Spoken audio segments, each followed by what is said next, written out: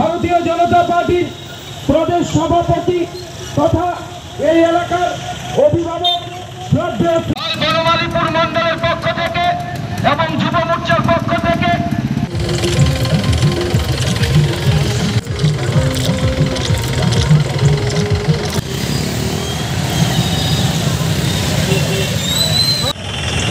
নির্বাচক মন্ডলী পশ্চিম ত্রিপুরা লোকসভা আসনে কণ্ঠে আবেদন রাখছি।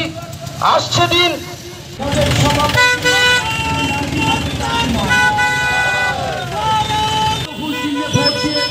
আশীর্বাদ করবেন। জয় হিন্দ। ভারতীয় জনতা ত্রিপুরা আসনে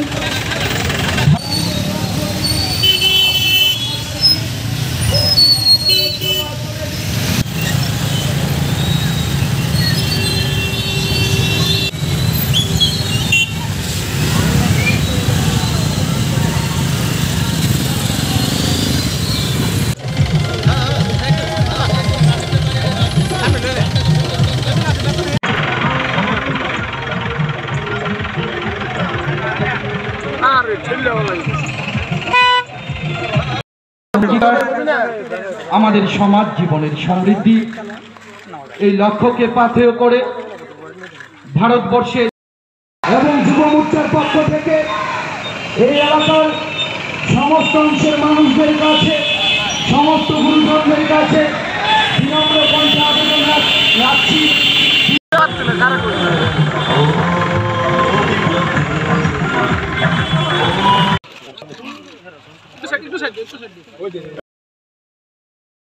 দুর্যোগপূর্ণ পরিবেশ উপেক্ষা করে আমাদের যুব অংশের ভাই বোনেরা কীভাবে সামিল হয়েছে এটা তো ইঙ্গিত হচ্ছে নরেন্দ্র মোদীর প্রতি আমাদের যুব অংশের ভাই বোনদের যথেষ্ট আকর্ষণ রয়েছে। তারা বিকল্প চিন্তাই করতে পারে না, কারণ দেশ যেদিকে এগিয়ে চলছে এবং যুব অংশের মানুষের ভবিষ্যৎ ওনার উপর নির্ভর করছে, দেশ এগিয়ে চলছে। তারা এই সমস্ত বিষয়গুলি বুঝতে পারছেন।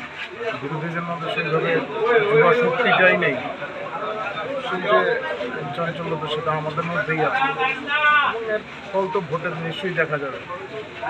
মানুষের এখানে এসছেন, অনেকেই চাইছেন বৃষ্টির মধ্যে হয়েছে, কিন্তু আমরা বলছি কিছুক্ষণ অপেক্ষা করার জন্য বৃষ্টির পরে আমরা বেরোবো।